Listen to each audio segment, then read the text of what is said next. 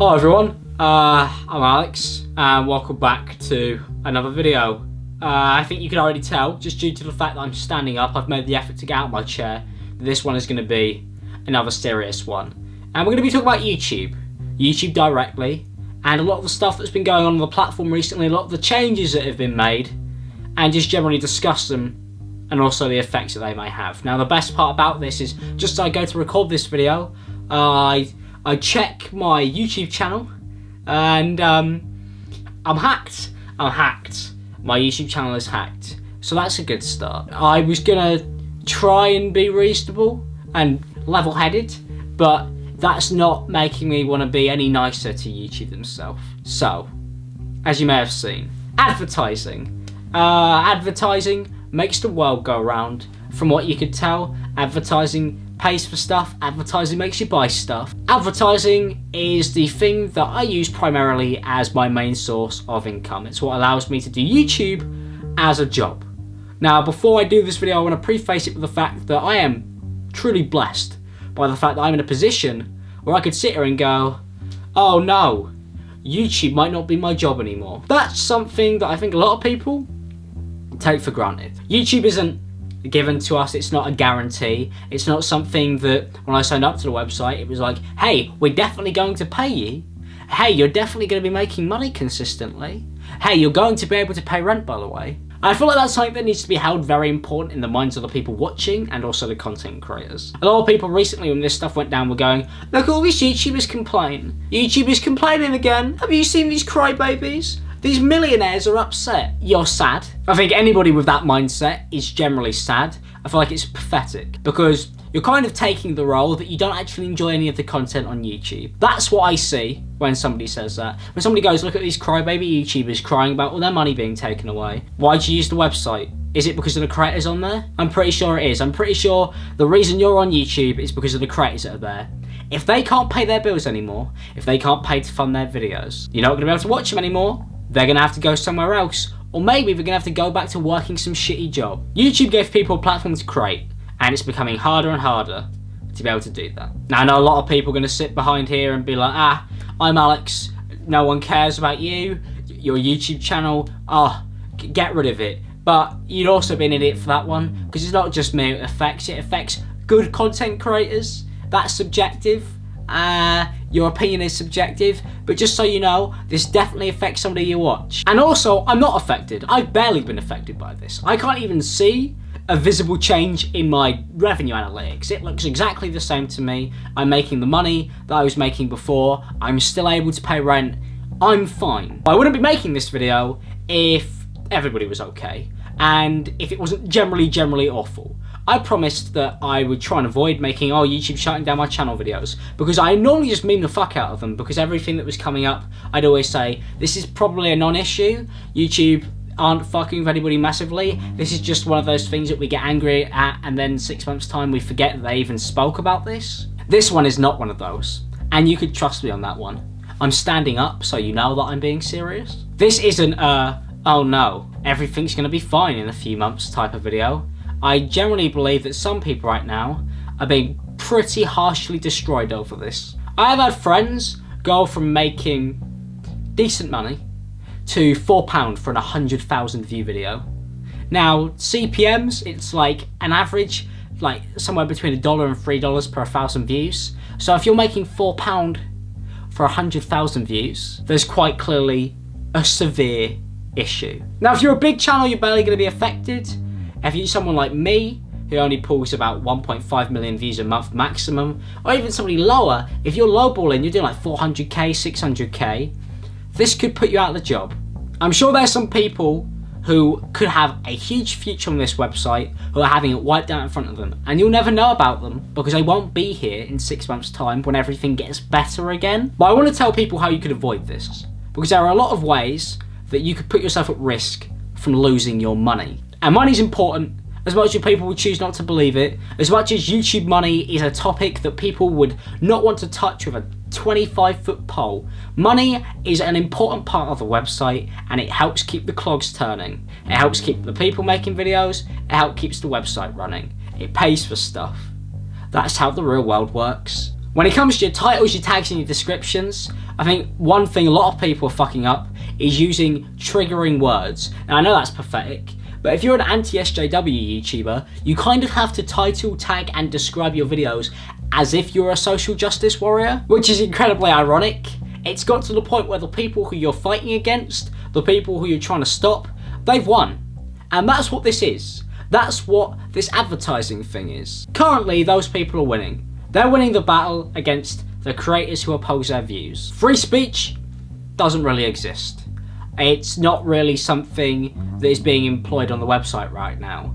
Because if you use the word Nazi, in whatever context, it doesn't matter what context it is, you could have your money removed. So you make a video saying, Nazis are awful people. The fact that you've got the word Nazi there, doesn't matter the rest of the sentence, you're losing your money. YouTube are taking it away. Read through everything you write in your YouTube uploading box. It doesn't even matter what's actually in the video at this point. You know, just read what you've got in the tags and the description and make sure it's not offensive. Because if you put something in that's offensive, you're pretty fucked. But at the same time, I think one of the unpopular opinions, which is one that I definitely had, is the fact that this is semi-deserved. I do believe there are a lot of people who pushed boundaries with what they could upload and what they could say. Some people were uploading straight up hate speech. Some people were uploading just videos where they just literally fucking abuse people.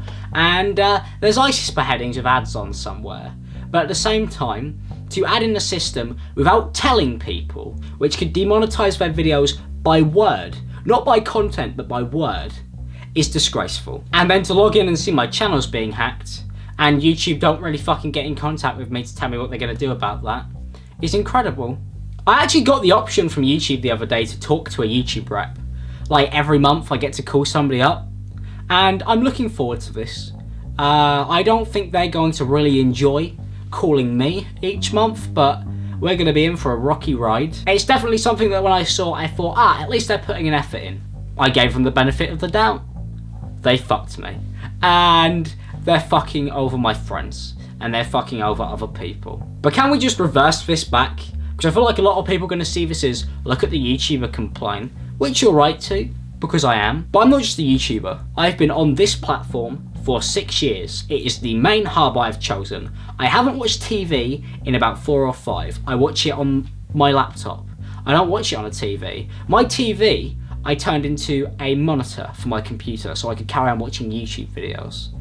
YouTube is my main place I go. YouTube is the place I've lived on for the majority of my life ever since I was 10 years old. It's been 6 or 7 years since I started making stuff. I don't even know how long I've been watching videos. Probably since 2007, 2006 even.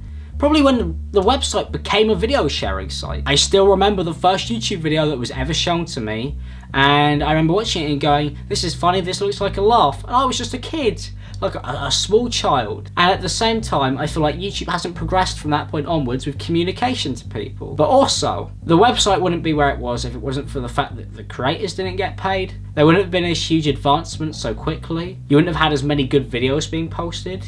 A lot of people wouldn't have started making videos on the website or decided to prioritize YouTube over other things they were doing. I don't care whether you believe we deserve to be paid.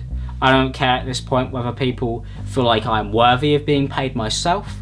But there is definitely somebody out there who is, and there is definitely somebody out there right now who is feeling this very, very hard.